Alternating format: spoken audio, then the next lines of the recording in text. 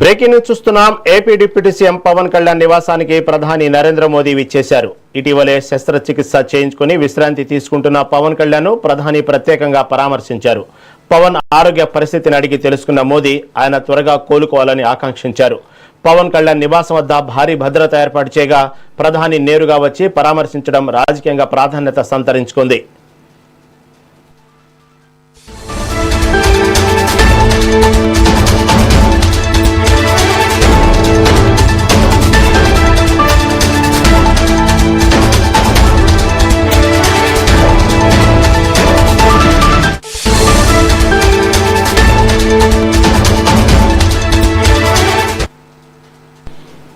AP deputy CM Pawan Kalyan నివాసానికి ప్రధాని నరేంద్ర మోదీ విచ్చేశారు. ఇటీవలే శస్త్రచికిత్స చేయించుకుని విశ్రాంతి తీసుకుంటున్న పవన్ కళ్యాణ్ ప్రధాని ప్రత్యేకంగా పరామర్శించారు.